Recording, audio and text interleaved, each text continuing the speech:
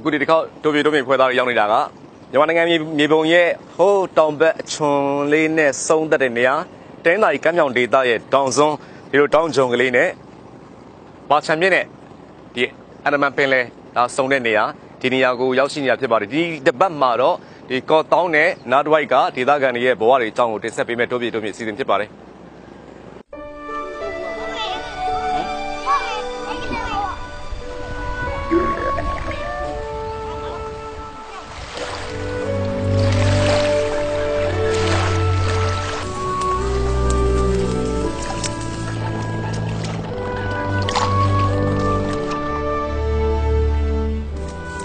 saban la yu chao la la yu chơi đi mà ali ka saban ali no la yu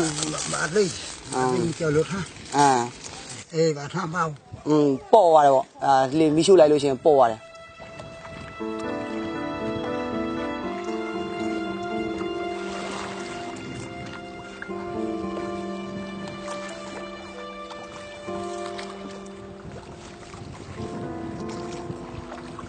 Kita seluruh ni minta kena yang sih. Apa ada lolo mana ya? Emang saya. Nilai aja deh, tunggu deh. Malah ada ambil ni. Ambil ada tak ada lima kilo macam. Mira tu ya lolo. Temi apa? Temi ambil. Temi apa?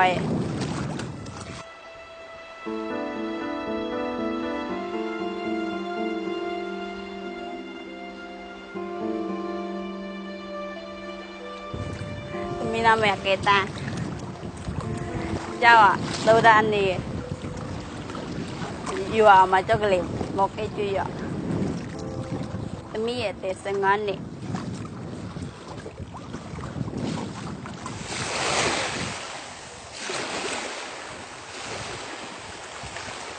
tapi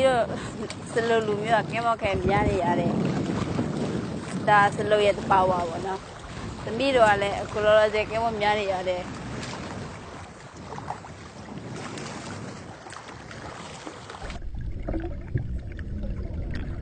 Kita mau apa ya?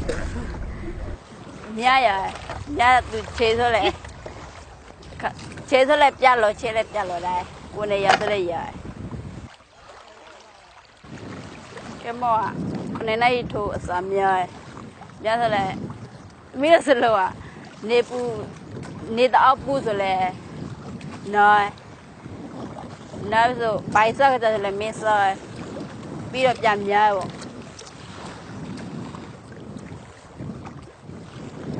Biar jam kaya soleh kaya soleh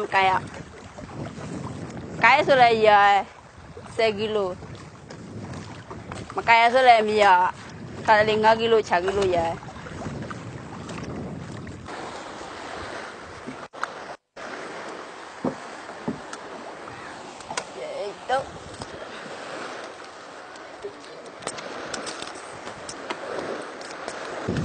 Kilo net thao, cái mồm nhà thuê từ là chặt à đấy,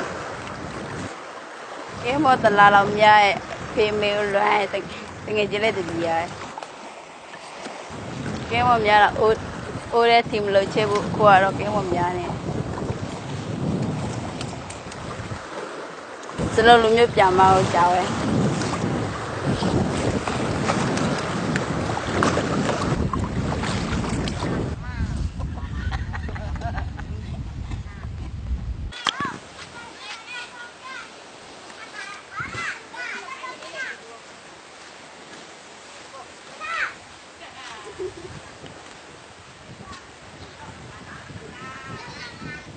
Kami sudah pergi kuat sudah pergi ke mana ni?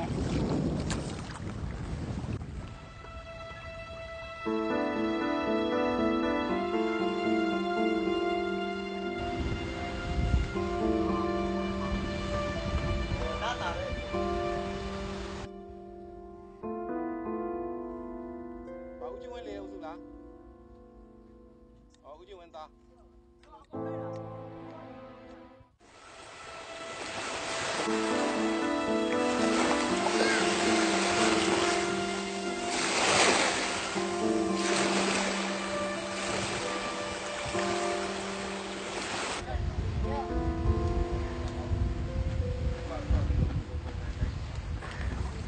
တို့လည်းစတာသေးချေအလောက်ကရအောင်မြင်လာလည်းမငယ်ရအောင်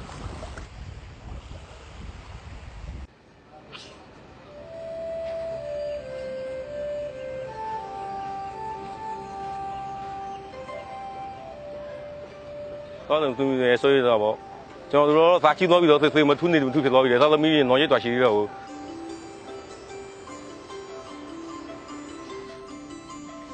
ရေထွက်တဲ့ညင်ကြီးတွေအဲ့ဒီဟာထွာတော့ပေါ့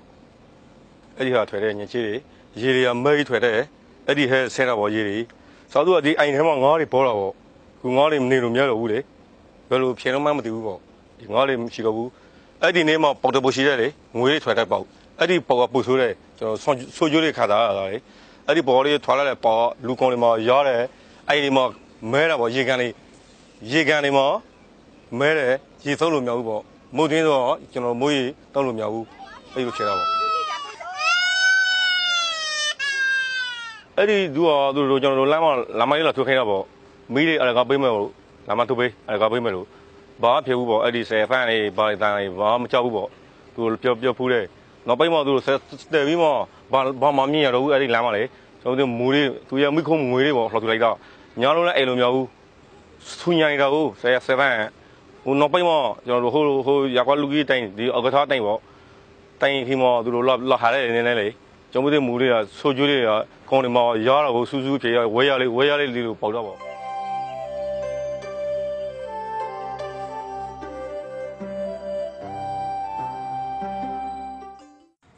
လာစီနေကတော့အနေမနေကတော့တောင်းနေလို့ပြေးပြီးလာစီအဲ့အမှုစရင်ပြေးတော့အဲ့ဤဆောင်းလိုက်နာဆိုနေတိုက်ပြေးနေယူနာနေတောင်းနေလို့ပြေးယူနာပြေးလို့အဲ့ပြီးတော့ဆိုတော့ဆောင်းလိုက်ပြီးတော့ဆိုတော့သူစရင်ငွေလေးရလို့မဲယုံလေးတွားနေမဲနာတော့မောမနာအပလာယုံလေးပုံစံလေးမျိုးတွားနေကနော်အဲ့ဆိုဤကိုလာပြီးတော့ရိုက်တဲ့ခိမှာထမင်းလေးဟိုင်းနေချေလို့မရဘူးငွေလေးဝါနေလို့ရှိရောအဲ့ကျရှယ်မြောင်မလေးချဲပြီးပဲထားလိုက်ရမြာတော့ဆိုသူကဘောလေးပေါ်ပြီးတော့ဆိုရှယ်ရိုင်းအမင်းလေးကနေရွေးချယ်ရိုင်းဒီကနေကျမဆိုလေကေကိုကောအမကြီးလောက်ကေဘယ်လောက်မကြီးဘူးဒီကနေ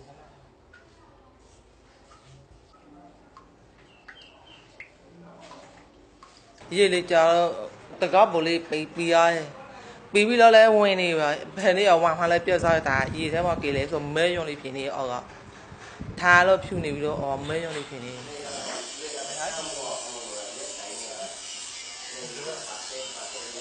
ခံစားရလဲပလေလဲမလို့ပဲအဒီမှာနေနေတာပဲလားတေလဲထူနေလဲထူပဲနေရပဲအဲ့လိုဆိုညာတိုင်းအဲ့လိုလဲမြာဘူးခွန်လို့ရတယ်ပူငယ်လဲရိုင်းကျန်းနေလို့နေအဲ့ဖြစ်နေတယ်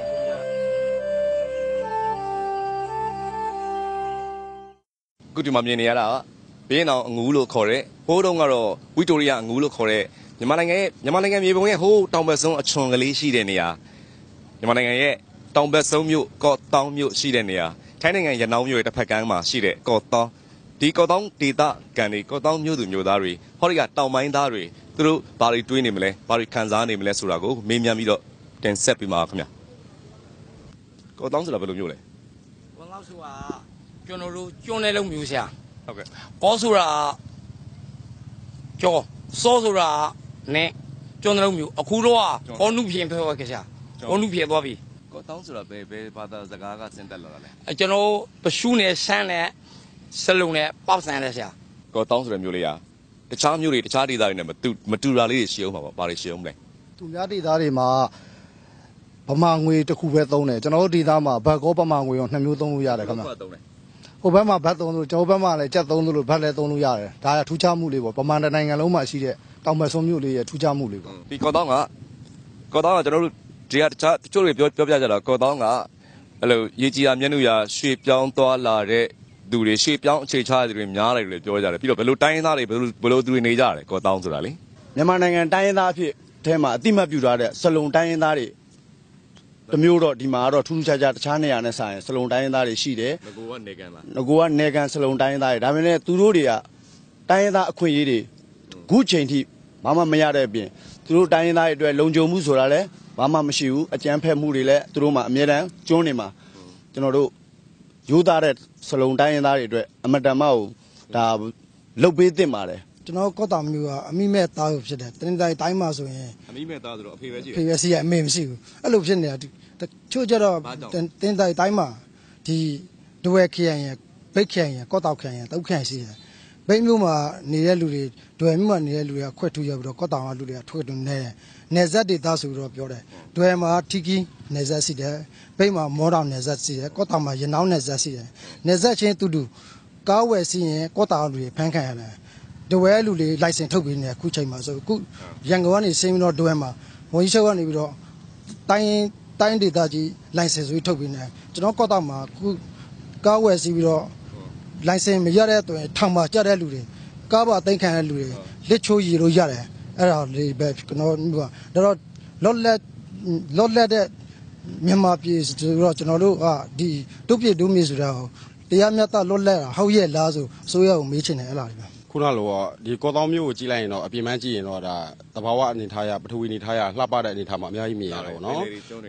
်ဒါပေမဲ့ဒီကော့တောင်အတွင်းမှာတကယ်ဖြစ်နေတဲ့ဖြစ်စဉ်တွေကြတော့ဥပမာဗောနော်လူကုန်ကူးမှုကိစ္စတွေဖြစ်တယ်ငွေစေဝါကိုအလွန်ကျွံသုံးဆွဲမှုတွေရှိတယ်နော်လူငယ်လေးလမ်းလွှဲလိုက်ပြီးတော့အုပ်စုဖွဲ့ပြီးတော့ရန်ကားတဲ့အပြုမှုတွေရှိတယ်ပြီးတော့ဒီပင်လယ်ဒေသဆိုပြီးတော့လူအများစုကသိထားပြီမဲ့တကယ်တမ်းကျတော့တင်းတိုင်းရိုးမကြီးကဒီကနေစသွားတဲ့အတွက်ကြောင့်မို့လို့ဒီရိုးမကြီးကတုံးဖြစ်သွားတဲ့ကြောင့်ဘယ်သူမှမပြောဘူးဘာလို့ကွာနော်ကုမ္ပဏီတွေမချိမဆန့်ရှိတယ်ဒီမှာမြို့နဲ့မဆန့်အောင်ကုမ္ပဏီတွေရှိတယ်ပြီးရင်ဥယျာဉ်ချမ်းမြေသမားတွေရဲ့ဒါဟိုအကြီးကျယ်ဒုက္ခရောက်နေတဲ့အပိုင်းတွေရှိတယ်အဲ့တော့ဘယ်လိုပြောရမလဲဆိုတော့ဒီကော့တောင်မျိုးရဲ့လှပမှုကအဲ့ဒီအဖြစ်စင်တွေကိုကြည့်လိုက်ရင်ဘယ်လိုပြောအပြေသွေးတန်တာပဲလှတာပဲရှိတော့ကြည်ရသည်လို့လှမျိုးဖြစ်နေကျွန်တော်တို့အနှစ်သာရရှိလှစေချင်တယ်ပေါ့အထက်မှာမလှအောင် ကောတောင်မျိုးသူမျိုးသားတွေနောက်ကလေးတွေရဲ့အနာဂတ်နဲ့ပတ်သက်လို့ဘာတွေဖြစ်စေခြင်းတွေရှိလဲ ကျွန်တော်တို့ဆဲသူဆဲသားမိဘများစီကျောင်းသားကလေးသူငယ်များကိုကြောင်းကိုအဆဆုံးမထားနိုင်ဘူး။ဘာဖြစ်လို့လဲဆိုရှင်တဲ့ဆရာဆရာမများစီကျူရှင်ယူပြီးမှကလေးတွေကိုကျောင်းမှာပေါ်ပေါ်တန်တန်လေးသင်ကြားပြီးတော့နော်ကျူရှင်လိုအားပေးပြီးတဲ့အတွက်ကျွန်တော်ဆင်းရဲနံပါတ်တဲ့မိဘမရှိတဲ့ကလေးငယ်များစီကျောင်းကိုလိုကျင်တဲ့ဆန္ဒအရာမထားရှိနိုင်ကြောင်းပြောချင်ပါတယ်ခင်ဗျာ ကျွန်တော်စီးပွားရေးနဲ့ပတ်သက်ပြီးတော့အရင်ကော့တောင်မျိုးအနေထားနဲ့ဒီနေ့ကော့တောင်မျိုးအနေထားအရင်ကကျွန်တော်တို့ကော့တောင်မျိုးဆိုတာတကယ်မြန်မာနိုင်ငံမှာတကယ်ထင်ရှားတဲ့စီးပွားရေးမျိုးတော်တစ်ခုလို့ပြောလို့ရတယ်ဒါပေမဲ့ဒီနေ့ချိန်ခါမှာတော့စီးပွားရေးကကျွန်တော်တို့တော်လေးကိုအောက်ကျတဲ့အနေထားကိုရောက်နေပါတယ်ဖြစ်သွားတာလေဘာဖြစ်သွား အဓိကတော့ကျွန်တော်တို့ကော့တောင်မျိုးမှာအဓိကလုပ်ငန်းဖြစ်တဲ့ရေလုပ်ငန်းကျွန်တော်တို့တဘောဝပေးတဲ့ပင်လယ်ပြေးရှိတယ်ကျွန်တော်တို့မှာဒါပေမဲ့ရေလုပ်ငန်းကိုတောင်ဝန်ရှိတဲ့သူတွေနိုင်ငံတော်မှာတောင်ဝန်ယူရတဲ့သူတွေကရေလုပ်ငန်းကိုစီမံခန့်ခွဲမှုညံ့ဖြစ်တဲ့အတွက်ကျွန်တော်တို့စီမှာတဘောဝအရင်မြင့်တန်ဆာတာတွေရှိရတာနဲ့ကျွန်တော်တို့ရေလုပ်ငန်းကိုကျွန်တော်တို့ပြည်သူတွေမခံစားရပဲတစ်ဖက်နိုင်ငံကဒီထိုင်းနိုင်ငံကိုပဲကျွန်တော်တို့ပို့ပြီးတော့လုပ်နေတဲ့အတွက်အဲ့မှာလည်းရေလုပ်ငန်းမှာနေကြသွားတဲ့အတွက်ကျွန်တော်တို့စီးပွားရေးအဆင်ပြေတဲ့ပိုင်းတွေတွေ့ရတယ် ပင်လယ်ကြီးကသူလည်းရှိနေတာပဲ ဟုတ်ကဲ့ပင်လယ်ရှိနေကိုပင်လယ်ကြီးကိုကျွန်တော်တို့ပင်လယ်ကြီးကိုလုတ်ပိုက်ခွေရတဲ့ကျွန်တော်တို့ဝင်းမျိုးရေလုပ်ငန်းဝန်ကြီးဌာနဒီလူတွေဒီနေနဲ့ကျွန်တော်တို့ဒီပင်လယ်ပြည်ကြီးမှာတဘောဝပေးထားတဲ့ဖျားဖန်ဆင်းပေးထားတဲ့ကျွန်တော်တို့တရားစတာတွေကိုအကွက်ကြကြတေးချာသူတို့စီမံမခွက်ခွက်တတ်ဘူး ဆိုတော့ပင်လယ်ကြီးကရှိနေတယ် ပင်လယ်ရှိနေတယ် ရေသားများငါးမရှိအဲ့လိုဖြစ် အဲ့လိုဖြစ်နေတာဗျ ငါးတွေပဲရောက်သွားတယ် ငါးတွေကတစ်ဖက်နိုင်ငံရောက်တဲ့သဘောရှိပါလားဗျ ကုမ္ပဏီတွေကနေပြီးတော့မှအလုပ်သမားတွေကိုလောက်ခလာစာရှင်းမပေးတဲ့ကိစ္စဟာအရန်အရေးကြီးပါတယ်ဒုတိယချက်အနေနဲ့ကတော့မြေယာကိစ္စတွေနဲ့ပတ်သက်ပြီးတော့မှအစိုးရကပြက်ပြက်သားသားရှင်းမပေးတဲ့အခြေအနေတွေဟာနောက်တစ်ချိန်မှာပေါက်ကွဲလာနိုင်တယ်လို့မြင်ပါတယ် ကျွန်တော်တို့မြန်မာနိုင်ငံမှာကျွန်တော်တို့အလုပ်ကိစ္စပေါ်မှုပြဿနာနဲ့ပတ်သက်ပြီးတော့ကျွန်တော်တို့မြန်မာနိုင်ငံပြည်မကြီးရောကျွန်တော်နယ်စပ်ဒေသမှာကျွန်တော်တို့ခေါ်အားကိုအရင်ပြီးတော့တားလို့စားမယ်ကျွန်တော်တို့ဒီဒေသခံတွေပါတိုင်းရင်းသားတွေလူမျိုးတွေပါအကုန်လုံးပေါ့နော်ရိုးရိုးနိုင်ငံမှာဆိုအနေဆိုခံမှန်းချီကကျွန်တော်3တန်းကျော်အစီမထင်တယ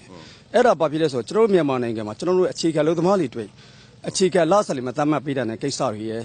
့နောက်တစ်ခုကျွန်တော်တို့အလုပ်ကိစ္စဝေပေးမှုကိစ္စတွေအဲ့ဒါတွေအားနေတဲ့အတွက်ကြောင့်မို့ကျွန်တော်တို့ကသူတစ်ပါးနိုင်ငံသွားပြီးတော့ 3D လုပ်ငန်းတွေတားလို့နေရတကယ်နဲ့ကျကျွန်တော်မြန်မာနိုင်ငံမှာတရားစားတာတွေအများကြီးရှိတယ်ရစ်ပတ်တဲ့တကယ်ကိုအောက်တန်းစားအလုပ်တွေဒီမျိုးနိုင်ငံသားတွေရစ်ပတ်တဲ့အလုပ်တွေအန်ဒီယာရှိတဲ့အလုပ်တွေဒုံတိတ်ခါထိခိုက်တဲ့အလုပ်တွေအဲ့ 3D လုပ်ငန်းတွေတားလို့နေရတယ်ဆိုတာတကယ်နဲ့ကျကျွန်တော်မြန်မာနိုင်ငံမှာတဘာဝတရားကြီးပေးတာတရားစားတာတွေထုတ်ယူသုံးဆွဲမယ်နေ့စဉ်ကြကြထုတ်ယူသုံးဆွဲမယ်ဆိုရင်ဒါကျွန်တော်နိုင်ငံသားတွေရဲ့တူးချင်းစီရဲ့ဝင်ငွေတွေအရင်တိုးတက်လာမှာဖြစ်တယ်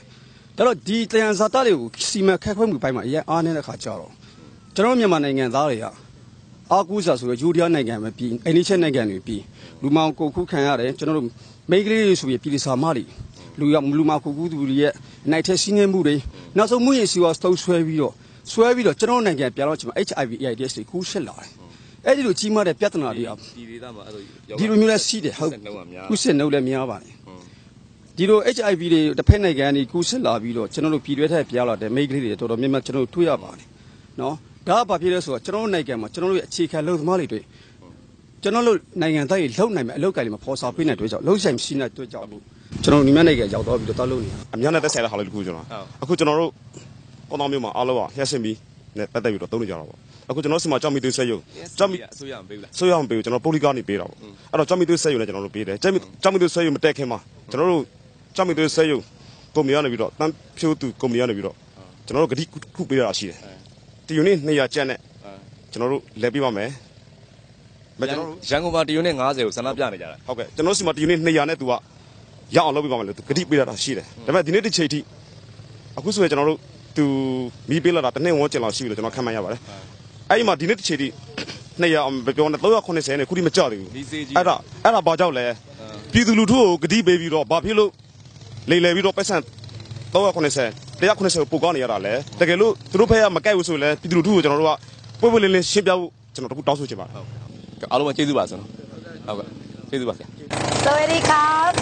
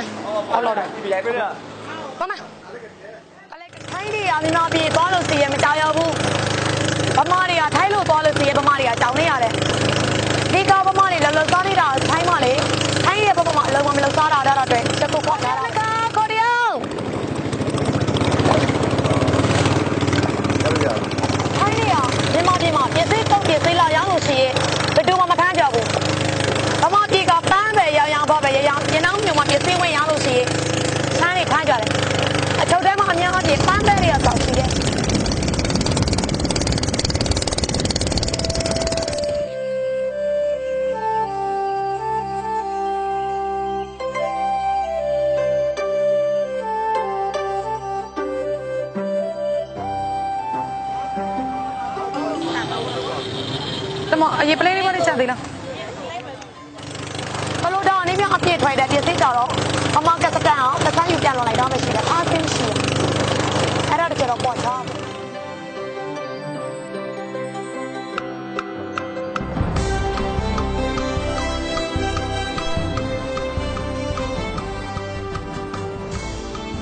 ကိုမတင်နိုင်ပဲမလုံလုံမရတော့တိတ်ပြီးခါရောကိုမဘာလဲပြောပိုက်ခွင့်မရှိတော့4,460နဲ့60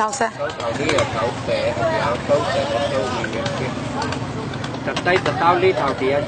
ဟုတ်ကဲ့ဆရာ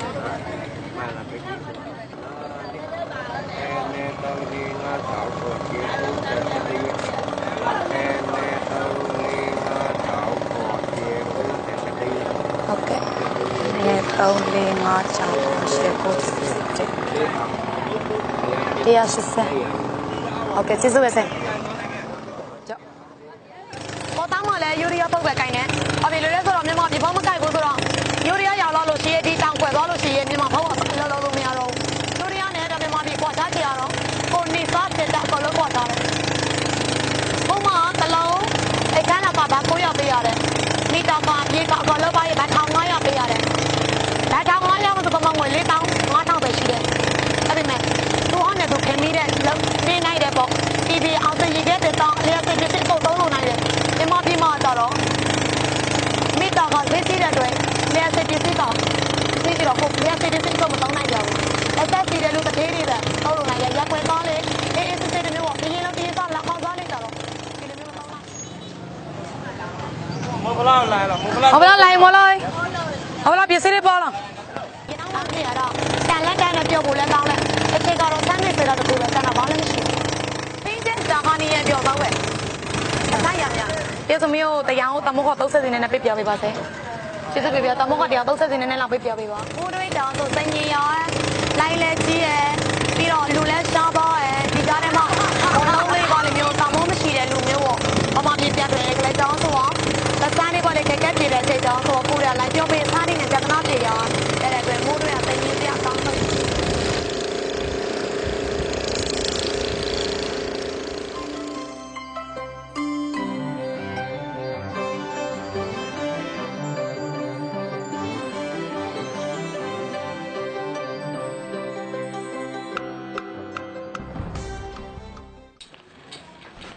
ဘောကတော့ပတ်စံဒုတိယဖျားသခင်ပဲပတ်စံရှင်လူကြားတဲ့တို့ပါပတ်စံရှင်ပါမလို့ဖြစ်တယ်ပေါ့နော်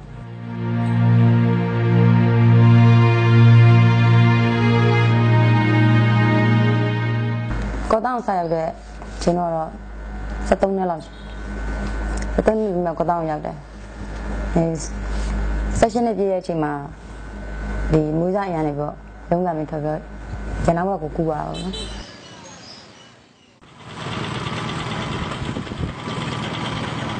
ပထမတော့လုပ်ငန်းလုပ်မယ်ဆိုပြီးသွားပေါ့လုပ်ငန်းလုပ်မယ်ဆိုတော့လုပ်ငန်းကပတ်စပို့ကြီးမှလက်ခံလေပတ်စပို့ကြီးမှလက်ခံလေစားသောက်ဆိုင်တစ်ဆိုင်စားသောက်ဆိုင်မှာအလုပ်ဝင်လုပ်ပြတယ်ဒီမှာတရားမပြတ်အချိတ်ဆက်ပြောတော့မာဆက်လောကလည်းဝင်သွားဟယ်လိုမင်းကလည်းကောင်းမှာနော်ခပ်ပြောင်းနေနော်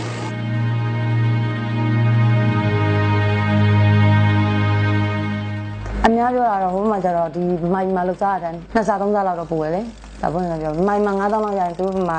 သိန်းခွဲလောက်ရတယ်လေအဲ့မျိုးရှိရပါတော့လုပ်ငန်းတစ်ခုမှဆိုရင်ဒါပေမဲ့အဲ့ဒါပို့ရတဲ့နေရာကျတော့ဒီလိုမာဆာလောကပဲရှိတယ်အိမ်မှာမိသားစုစားဝတ်နေအဆင်ပြေဘူးလေအဆင်ပြေတဲ့ခါကျတော့ကိုပဲရှာနေရဆိုတော့လေမိသားစုကွာထောက်ပံ့ခြင်းတော့ဒီလောကတော့ဝင်ရ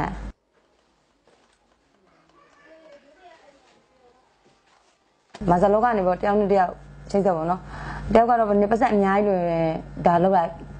ဒါလို့နေပတ်စံအများကြီးရမယ်ရိုးသားနှိမ့်နေလို့ကတော့တစ်ဆက်ရှင်100ပဲရမယ်သူတို့မဟုတ်ပေးလို့ရှင်လဲ50တရားပေါ့နော်တမီးတို့ဘောမှာလဲပတ်စံရဖို့ဆိုတော့ပတ်စံတစ်ခုကိုပဲတမီးတို့မှတ်တယ်ကျန်တဲ့ရောက်တမီးတို့ကောင်းတော့မှမရှိလိုက်ဟောငါပတ်စံရမှာပဲဆိုစိတ်ဓာတ်တစ်ခုတော့ရှိတယ်အဲ့ချိန်မှာမမြင်တော့ဘူးလေမိသားစုနဲ့ဒီပတ်စံနဲ့ပဲမြင်တော့တယ်ကျန်တဲ့ကမမြင်တော့ကိုယ့်ဘဝကိုနစ်နာမှလည်းမကြောက်တော့ရှက်ရမှလည်းမသိတော့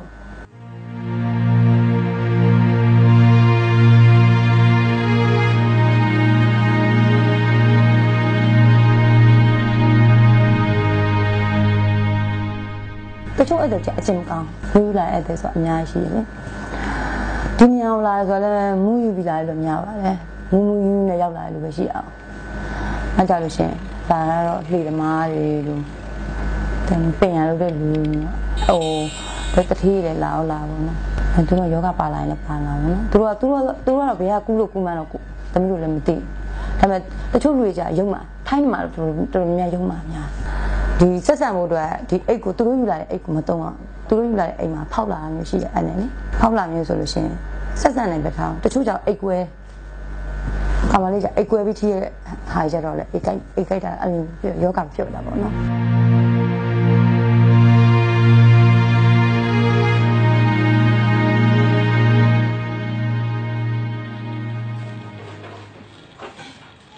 သမီးတငယ်ချင်းဆိုလို့ရှင်ပေါ့သူ့မမေကယူတိုင်းလို့ခေါ်တယ်လေပထမတော့ TV လို့ပြောတယ်သူကြတော့အဲ့တန်နဲ့ကူလာသူလည်းချက်ပြီးတော့အလုံးမလုပ်ဘဲနဲ့ဒီမှာနေတော့ဒီဘောပရှင်နဲ့မတွေ့ပြဘူးလေနောက်ပိုင်းတော့သမီးတို့တွေ့စေးမှာသူတည်ရလဲကြောက်တော့ပေါ့နော်ဒါပေမဲ့ဒီယောဂကြီးများတနေ့တစ်ချိန်များကိုမှမများဘူးနော်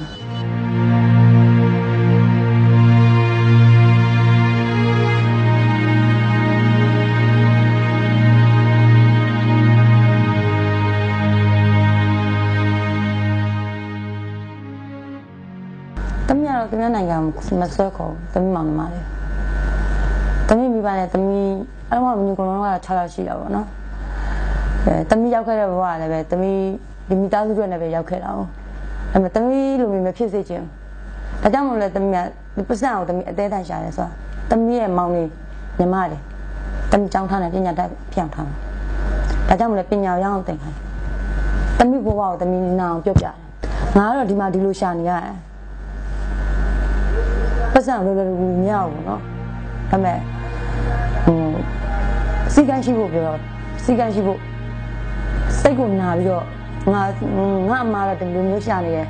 ငါတော့ဒီပညာကိုဆုံးအောင်သိမယ်ဆိုတဲ့ဟာလေးပဲတမီးမွေးစေချင်တယ်သူတို့လေအကြောင်းမို့လဲတမီးဒီလိုလာလဲမိသားတမီးမခေါ်ညီမတွေမောင်မျိုးတော့မှားလို့ချင်မှားလိုက်ရှင်တော့ကိုကမှညီမလည်းလုံလောက်စားတယ်လုံလောက်နေပြီးတက်ဖို့တော့လို့ပေါ့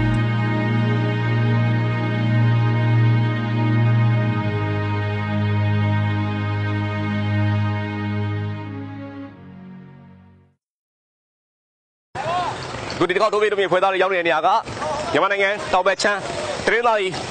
ကမ်းမြောင်ဒေသရဲ့တောင်ဘက်ဆုံးမှာရှိတဲ့ကော့တောင်ပြီးတော့ဟိုဘက်ကထိုင်းနိုင်ငံရဲ့ရနောင်းမြို့နဲ့ဒီမြစ်ချားနေတဲ့မြို့မြစ်ချားနေတဲ့နေရာပြီးတော့ထိုင်းနိုင်ငံငွေကြေးဘတ်ငွေနဲ့မြန်မာနိုင်ငံငွေကြေးကျပ်ငွေနဲ့ထိုင်းနိုင်ငံတယ်လီဖုန်းတွေနဲ့မြန်မာနိုင်ငံတယ်လီဖုန်းတွေနဲ့နှစ်မျိုးမျှပြီးသုံးစွဲနေတဲ့မြို့ဒီမြို့နှစ်မြို့နိုင်ငံရဲ့မြို့နှစ်မြို့ပခုံးချင်းရှင်ပြီးတော့တည်ရှိနေတဲ့မြို့ဒီမြို့ကဒီလူလူဘွားတွေအကြောင်းကိုတင်ဆက်ပေးတဲ့ဒီတစ်ခေါက်တိုးပြေစီစဉ်ဖြစ်ပါတယ်ဒီတစ်ခေါက်တိုးပြေစီစဉ်ပြီးကော့တောင်းကအစီအစဉ်ပြီးတဲ့ခါကျရင်မြန်မာနိုင်ငံရဲ့ဟိုးအရှေ့ပြားတွေနောက်ပြားမြောက်ပြားတွေတောင်ပြားမြန်မာနိုင်ငံအလှည့်သွားလာပြီးတော့လူမှုဘွားတွေကိုတင်ဆက်ပေးနေတဲ့တိုးပြေအစီအစဉ်ရဲ့ဒီတစ်နှစ်အစီအစဉ်ကိုခဏခိတ္တနားမှာဖြစ်ပါတယ်နောက်တစ်ခါဘိုးကုံတဲ့ခါမှာလည်းမြန်မာနိုင်ငံတန်ရလှည့်ပတ်ပြီးတော့လူမှုဘွားတွေအကြောင်းတင်ဆက်ပေးဦးမှာဖြစ်ပါတယ်ဒီအစီအစဉ်ကိုအမြဲတမ်းဆောင်ရောက်ကြည့်ရှုခဲ့တဲ့သူတွေအားလုံးကိုထူးပဲကျေးဇူးတင်ပါတယ်။နေရာအနှံ့ပြနေပြီးတော့ဒီအစီအစဉ်တွေကူညီပံ့ပိုးတဲ့သူတွေအားပေးတဲ့သူတွေကူညီတဲ့သူတွေအားလုံးကိုကျေးဇူးတင်ပါတယ်။ဒီအစီအစဉ်ကို website မှာလည်းကြည့်ရှုနိုင်ပါတယ် Facebook မှာလည်းကြည့်ရှုနိုင်ပါတယ်။ဝေဖန်မှုဆွေးနွေးမှုအကြံပေးဥစားတွေကိုလည်းဖိတ်ခေါ်ပါတယ်။ဒီအစီအစဉ်ကိုအမြဲတမ်းအားပေးတဲ့အတွက်အားလုံးကိုထူးပဲကျေးဇူးတင်ပါတယ်ခင်ဗျာကျွန်တော်တောင်းဝန်ထွက်ပါ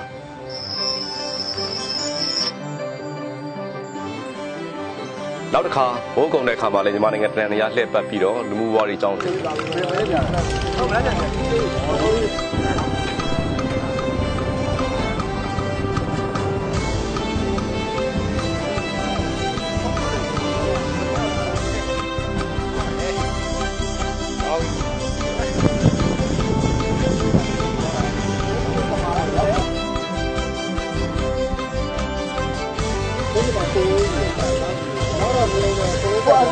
Ahora,